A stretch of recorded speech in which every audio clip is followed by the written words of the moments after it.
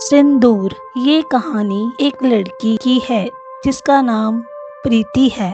बहुत ही शांत स्वभाव और भगवान में आस्था रखने वाली और किसी को अपशब्द ना कहने वाली, हर किसी को खुश रखने वाली, चेहरे पर हर वक्त हंसी रखने वाली, हंसी ऐसी कि सामने वाला देखकर ये कहे इसे तो कोई दुख है ही नहीं। दो भाइयों की एक बहन जो फैक्ट्री के मालिक हैं। किसी चीज की कमी घटी नहीं है इनके पास।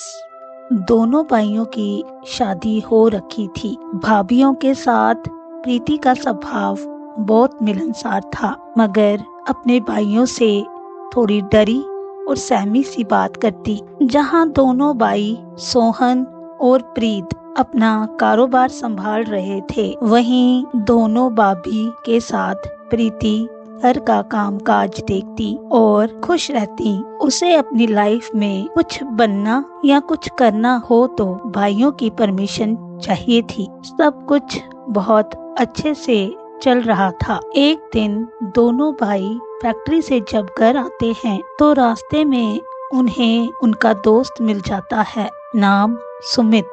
दोनों भाई सुमित को लेकर घर पर आ जाते हैं और सह परिवार डिनर करते हैं।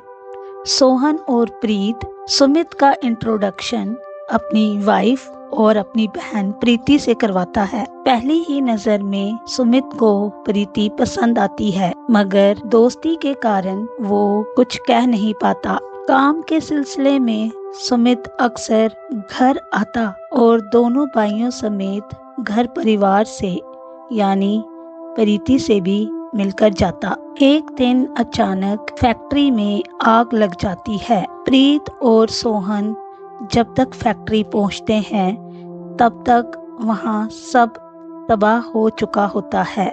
दोनों भाइयों को भारी नुकसान झेलना पड़ गया। दोनों भाइयों के पास घर के सिवा अब कुछ नहीं बचा था। अब दोनों भाइयों ने ये फैसला किया कि अब हम ये घर बेचकर अपना अपना हिस्सा लेकर अलग अलग शिफ्ट हो जाएं।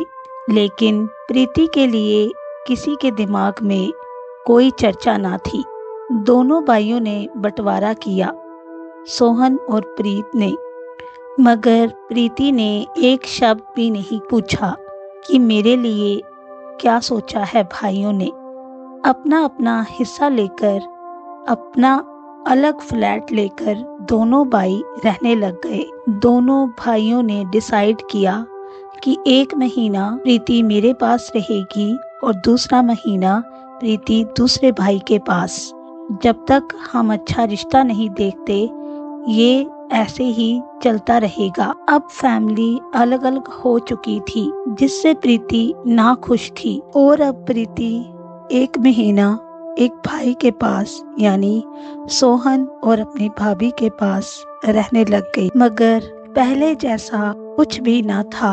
उनकी भाभी और भैया का स्वभाव भी उखड़ा उखड़ा सा रहने लगा। एक महीना बीतने ही वाला था तो अब सोहन कह रहा था, प्रीति तुम्हें अब दूसरे भाई के घर जाना है। प्रीति अपने भाइयों का रवैया पसंद नहीं कर रही थी। वो काफी बदल चुके थे। प्रीति अब उन्हें बोझ लग रही थी। दूसरे दिन दूसरे भाई के घर जाना था, लेकिन उस पहली रात में प्रीति ने डिसीजन लिया कि अब मैं दोनों भाइयों के साथ नहीं रहूंगी। मैं खुद की लाइफ खुद जीऊंगी। लेकिन प्रीति तो किसी को जानती तक नहीं थी और घर में ही रहने वाली प्रीति अब बाहर जाके कैसे अपनी जिंदगी को आगे बढ़ाएगी, यही सोच रही होती है प्रीति। तो उसे सुमित की याद आ जाती है कि मैं सुमित से मदद ले लेती हूँ। जैसे ही सुबह होती है प्रीति घर से निकल जाती है। भाई उसे छोड़ने की जिद करता है, मगर प्रीति कहती है, भैया मैं खुद चली जाऊंगी, आप मुझे सिर्फ कैब मंगवा दो। कैब घर तक आती है और प्रीति उसमें बैठकर चली जाती है। बाहर निकलते ही प्रीति कैब वाले को रुकवाती है और गाड़ी से उतर जाती है। अब प्रीति के पास एक ही ऑप्शन था, वो था सुमित। प्रीति अब सुमित को फोन लगाती है और उसे सारी बात बताती है कि मैं अब अपने भाइयों के साथ नहीं रहना चाहती और ना ही उन पर बोझ बनना चाहती हूँ, तो क्या आप मेरी मदद कर सकते हैं। सुमित उसी वक्त गाड़ी लेके प्रीति के पास पहुंच जाता है। सुमित प्रीति को दूसरे शहर ले जाकर उसे किराए के मकान में रखता है और उसे एक प्राइवेट हॉस्पिटल में जॉब दिलवा देता है। प्रीति सुमित को थैंक यू कहकर अपना काम काज और अपना आप संभाल लेती है। मन ही मन प्रीति सुमित को चाहने तो लगती है मगर कह नहीं पाती। हॉस्पिटल में जॉब करने जाना और सीधा घर आके अपना काम काज घर का देखना, प्रीति की यही लाइफ थी। एक दिन प्रीति हॉस्पिटल जाते हुए सामने के मंदिर में चली जाती है। वहाँ पंडित जी प्रीति को सिंदूर देते हैं और कुछ प्रसाद। प्रीति तो पंडित जी से कहती है, पंडित जी मेरी तो शादी अभी नहीं हुई है, तो ये सिंदूर। पंडित जी कहते हैं जब तुम्हारी शादी होगी ये सिंदूर तुम तब लगाना, ये माँ का आशीर्वाद है। प्रीति अब हॉस्पिटल चली जाती है और जैसे ही शाम को घर आती है तो सुमित को वहाँ अपने घर में पाती है। आज सुमित टाइम निकालकर उससे बात करने आया था। दोनों कमरे में बैठकर बातों ही बातों में अपने प्यार का इजहार कर देते हैं। इस बात को लेकर प्रीति बहुत खुश थी कि सुमित जैसा लड़का उसकी जिंदगी में आ गया था जिसे वो पसंद भी करती थी। मगर सुमित के दिल में कुछ और ही था जो वो प्रीति को बताना नहीं चाहता था। रोज शाम को सुमित का प्रीति के घर आना जाना शुरू हो गया। इस बीच दोनों की नजदीकियां काफी बढ़ गई। एक दिन प्रीति ने सुमित से कहा, अब हमें शादी कर लेनी चाहिए। ये सुनकर सुमित ने टाल दिया और उसी वक्त किसी काम के बहाने वहां से निकल गया। अब सुमित ने प्रीति के घर आना बंद कर दिया था, जिससे प्रीति परेशान रहने लगी और सुमित से कॉल पर बात करने लगी, मगर सुमित उसका फोन ही अटेंड नहीं करता था। कुछ दिनों बाद प्रीति की तबीयत खराब हो गई, जिसमें उसे पता चला कि वो प्रेग्नेंट है। प्रीति सुमित से शादी करना चाहती थी मगर सुमित उससे शादी नहीं करना चाहता था। एक दिन सुमित ने फोन उठाया और कहा, तुम ये बच्चा गिरा दो, मैं तुमसे शादी नहीं कर सकता, मेरे पेरेंट्स अलाउ नहीं करेंगे।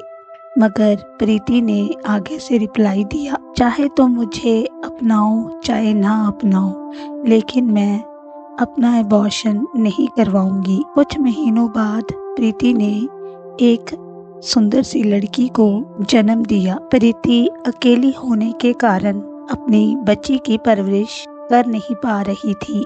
उसकी छोटी सी बच्ची को दूध और प्रॉपर परवरिश के कारण वो बच्ची बीमार रहने लगी, जिसके कारण प्रीति डर सी गई और उसने सुमित को कॉल लगाया कि तुम मुझसे शादी कर लो, एक बार अपनी बच्ची के कारण मुझसे मिल लो। मगर सुमित का दिल तो पत्थर का था। उसने अपनी बच्ची को बिना देखे ही ये कह दिया प्रीति से कि तुम इसे किसी को गोद दे दो या तो अनाथ आश्रम छोड़ाओ। प्रीति के पास ना तो खुद के जीने के लिए पैसे थे और ना आगे जाने का रास्ता, तो उसने अपनी बेटी को उसी डॉक्टर को गोद दे दिया जिसने उसकी डिलीवरी करवाई थी। कुछ दिनों बाद अब प्रीति फिर से हॉस्पिटल ज्वाइन करके अपनी ड्यूटी कर रही थी और रोजमर्रा की जिंदगी जी रही थी। सुमित का धोखा उसे जिंदगी सिखा गया। एक दिन अचानक प्रीति के भैया और उसकी भाभी हॉस्पिटल में पहुंच जाते हैं और उससे मिलने उसके कैबिन में चले जाते हैं। प्रीति का भाई अब उससे माफी मांगता है और कहता है, तुम घर चलो प्रीति, तुम क्यों अचानक घर से चली आई, हमने तुम्हें निकाला तो नहीं था। प्रीति अपने भाई और भाभी के साथ घर चली जाती हैं। मगर अपनी पिछली निजी जिंदगी के बारे में कुछ नहीं बताती। कुछ दिनों बाद उसका भाई उसके लिए रिश्ता लेकर आता है और प्रीति से शादी करने के लिए कहता है। प्रीति भी अपने भाई के आगे कुछ नहीं कहती और हाँ कर देती है। थोड़े दिनों बाद ही प्रीति की शादी हो जाती है और शादी की रात ही मांग बनने से पहले ही प्रीति के दूल्हे की हार्ट अटैक से मौत हो जाती है। क्या कहती है प्रीति की लाइफ? क्या ये सिंदूर उसका था या माँ का कोई संकेत?